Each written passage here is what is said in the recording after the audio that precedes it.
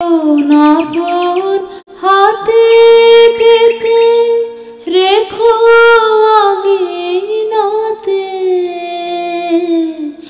আসন আপন হাতে পেতে রেখো আঙিনাতে, যে সাথী আসিবে রাতে তাহারি তরে এলো যে শীতের বেলা,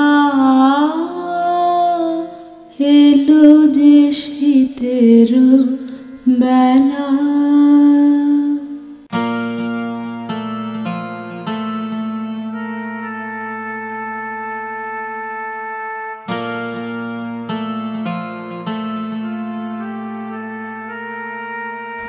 বুবু, জামিলের লেখাপড়া তো শেষ, ওর বিয়ার কথা ভাবলা কিছু? তার আমি কি জানি, প্রথমে ছেলের ইচ্ছা, তারপরে তার বাপ তো আছে। তাছাড়া আজকাল তো ছেলেমেয়েরা এত তাড়াতাড়ি বিয়ে শাদী করে না। কেন, তোমার কাছে কি কোনো পাত্রী আছে নাকি? না, এমনি কইছিলাম আর কি। ছেলে শহরে লেখাপড়া করে, ওইখানে কত জনের সাথে চেনাশোনা জানাশোনা আছে। আর তাছাড়া ছেলের নিজের পছন্দ অপছন্দ থাকতে পারে, সেইখানে আমাদের ভাবনায় কি কাজ হইব বলো? তা ঠিক, আমি বিনার কথা ভাবছিলাম। তুমি আবার কিছু মনে করলো না তো বুবু?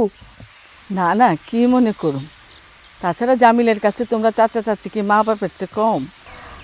হ বুবু, বিনার লগে হইলে কত ভালো হইতো। মায়াটা দেখতো তো সুন্দর বুবু। সেটা ঠিকই আছে, দেখতেও তো সুন্দর, আর মেয়েটাও তো লক্ষ্মী। বুবু, ঠিক আছে, আজকে তোমার ভাই আসুক, তাকে বলবো না। আচ্ছা বুবু, আচ্ছা আচ্ছা।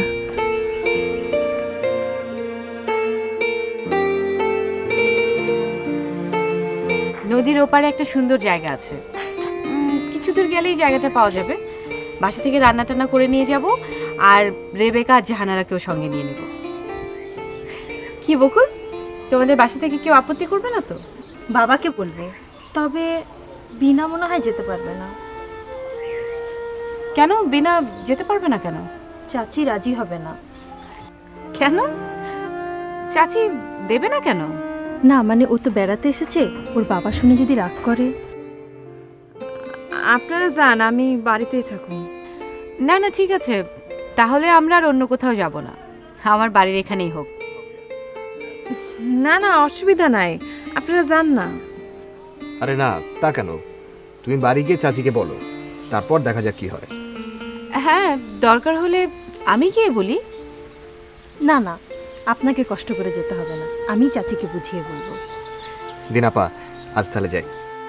এসো। চলো।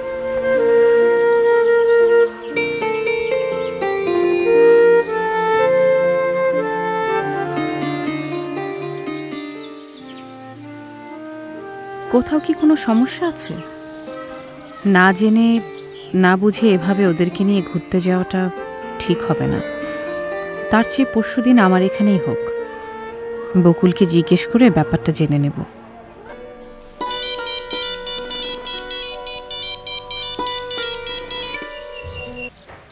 কেমন আছো? ভালো। কিছু না, এই একটু গান বাজনা করছিলাম। আর কারা? আমাদের স্কুলের হেডমাস্টারের ছেলে মেয়েরা, জানো ওরা ভীষণ ভালো। ওরা থাকে বলে আমার কখনোই একা মনে হয় না। তুমি কি করছিলে?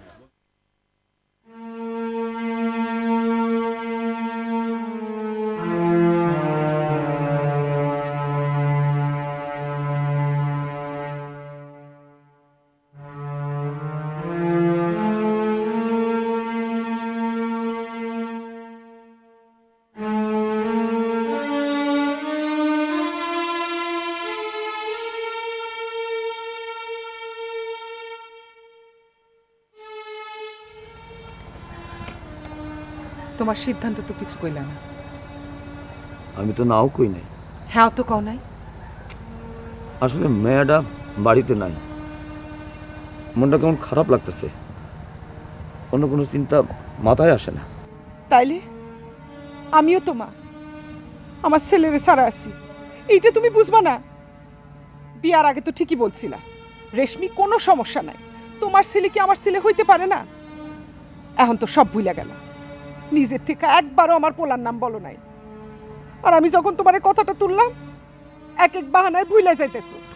কইলাম তো তোমারে, মায়াটা বাড়ি নাই, বাড়িটা খালি খালি লাগে।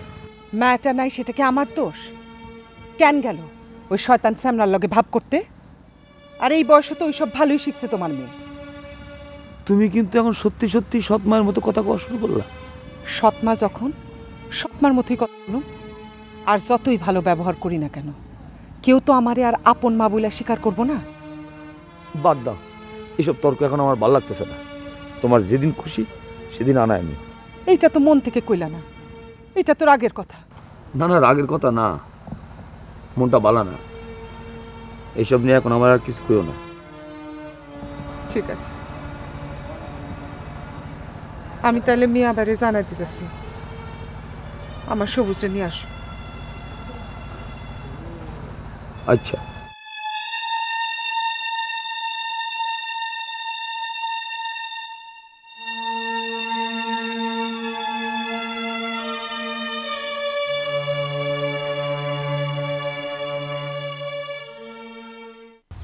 কথাটা সবাই জানে না বাবা।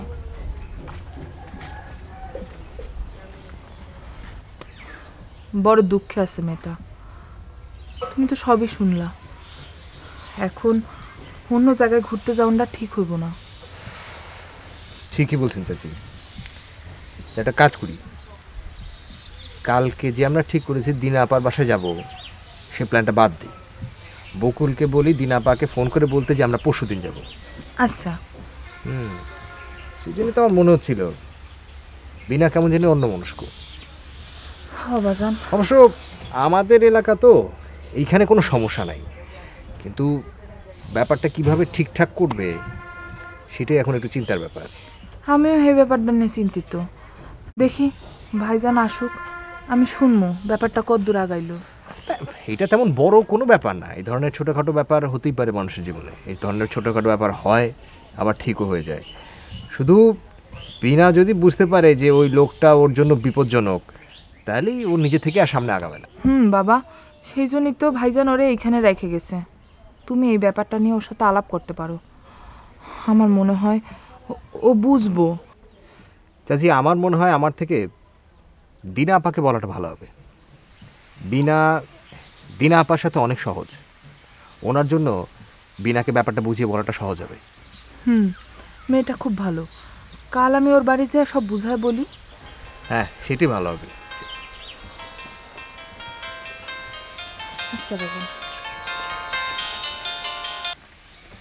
হ্যালো, কেমন আছো? হ্যাঁ ভালো। কি করছো? এই তো চাচির সাথে কথা বলছিলাম। এতবার ফোন করলাম ধরলে না? ব্যস্ত থাকি, বাড়িতে এসছি কতদিন পর, কত কাজ থাকে। তোমার ওই ইতুকে আজ দিয়েছি ধোলাই। কি করেছো? ইতু তোমার ছাত্রী, অনেক অসভ্য মেয়ে। আমাকে বলে কি না আমি নাকি তোমার সাথে ফাজলামো করছি। আচ্ছা শোনো, আমি পরে ফোন করছি। কেন, এখন কথা বলতে কি সমস্যা? না রাখছি, আমার এখন কাজ আছে। খোদা হাফেজ।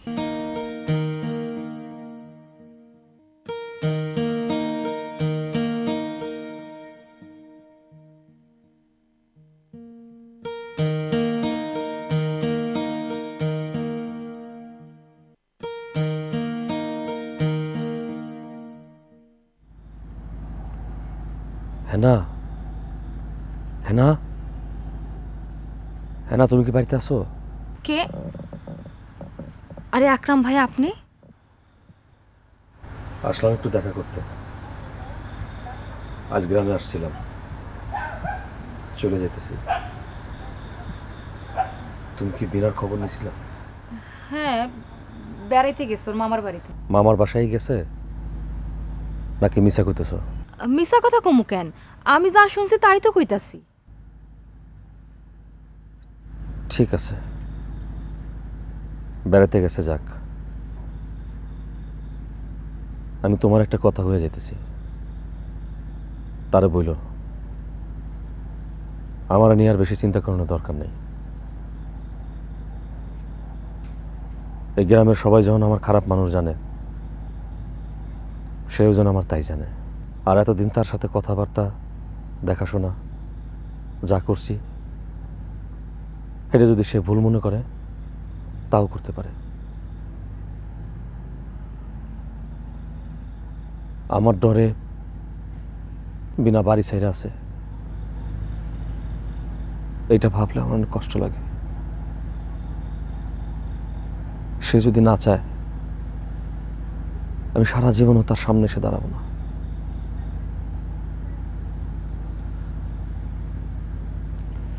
আমি যাই, অনেক রাত হয়েছে, তোমার সাথে এত রাতে কথা বলা ঠিক না। যাই।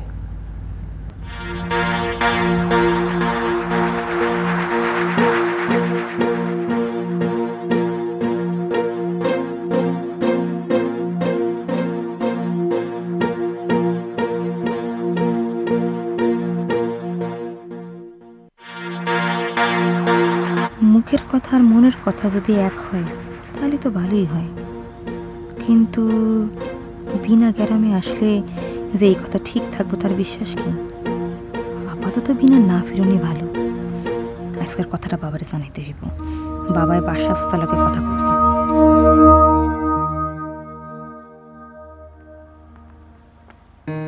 চাচা আসসালামু আলাইকুম।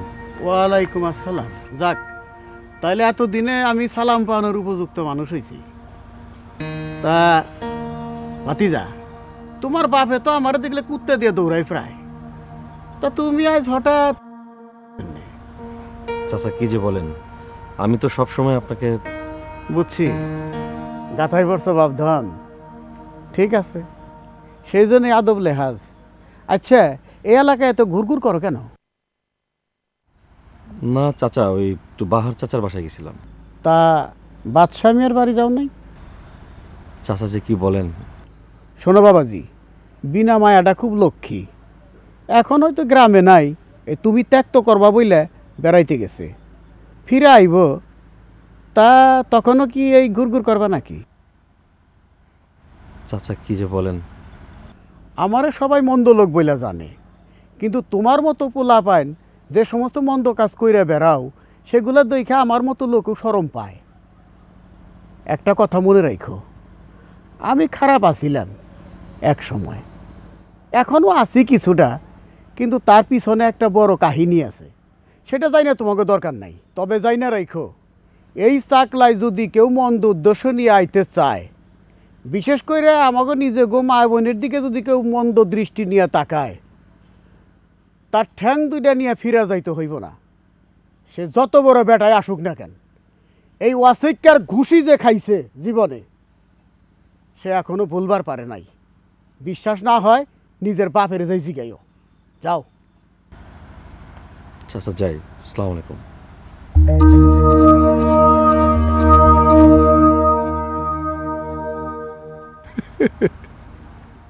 দিলাম বদমাইশের কলিজার পানি হুকাইয়া।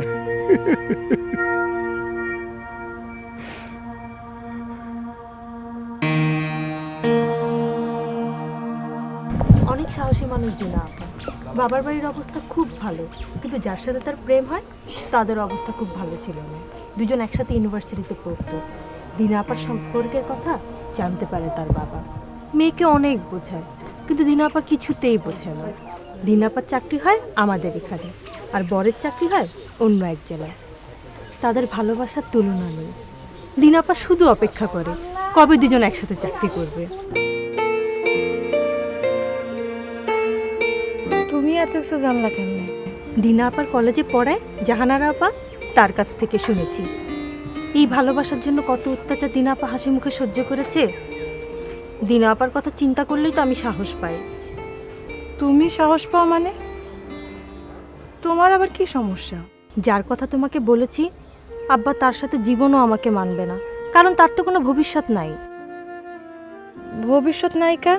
থাকবে কিভাবে?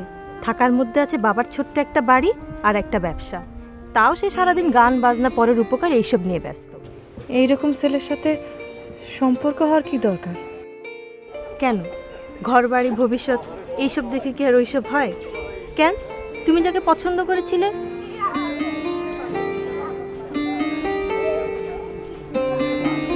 এই যাবি না, ভুল করে কথাটা মুখে চলে এসেছে। তুমি রাগ করনি তো? না না, কিছু মনে করে না। আসলে না, বেশি কথা বললে কথার আগা মাথা থাকে না। তুমি রাগ করো না। না না, সত্যি তুমি রাগ করোনি? সত্যি।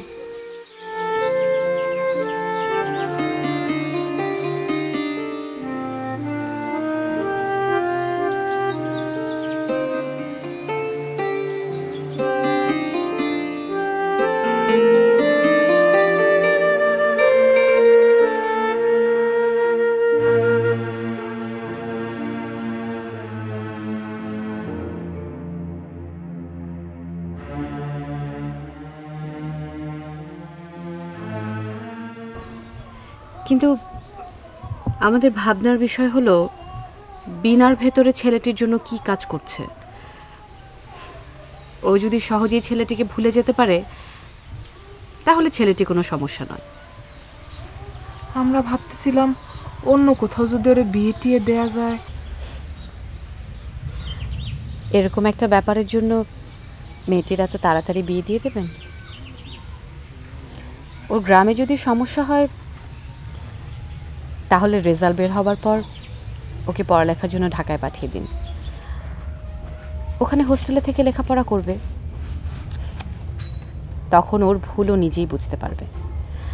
আর এরকম ছোটোখাটো 2-4টা ঘটনা সবার জীবনেই থাকে, তাই বলে জীবন আটকে দিলে তো চলবে না। আর ওর সাথে কথা বলে আমার যেটুকু মনে হয়েছে ও বেশ বুদ্ধিমতী একটা মেয়ে। লেখাপড়াটা চালিয়ে গেলে ওর নিজের ডিসিশনও নিজেই নিতে পারবে। তাছাড়া ওর বাড়িতে সৎ মা। বললাম তো, এসব কোনো সমস্যাই না। ওর পড়াশোনাটা বন্ধ না করলেই সব ঠিক হয়ে যাবে। আর যদি এরকমও হয় ছেলেটাকে ও ভুলতে পারছে না, সেক্ষেত্রে অন্তত লেখাপড়াটা শেষ না করা পর্যন্ত ওর বিয়ের কথা না ভাবলেই ভালো। দিনে দিনে অনেক মানুষজনের সাথে চেনা জানা হবে, তখন ও নিজেই বুঝতে পারবে ও কি ভুল করতে যাচ্ছিল। ঠিক আছে, এত ভাববেন না। কাল তো ওরা আসছে, আমি ওদের সাথে কথা বলে দেখি ওর মনের অবস্থাটা কি। খুব ভালো লাগলো আপনার সাথে কথা বলে, অনেক সাহস পাইলাম। আজ তবে যাই। বেশ, আসো। আচ্ছা, আসি। হায় রে, এখনো ইচ্ছের বলি হতে হবে আমাদের। সুন্দর আগামীটা কেউ দেখতে পায় না কেন সহজে? এই অবস্থার শেষ যে কবে হবে কে জানে।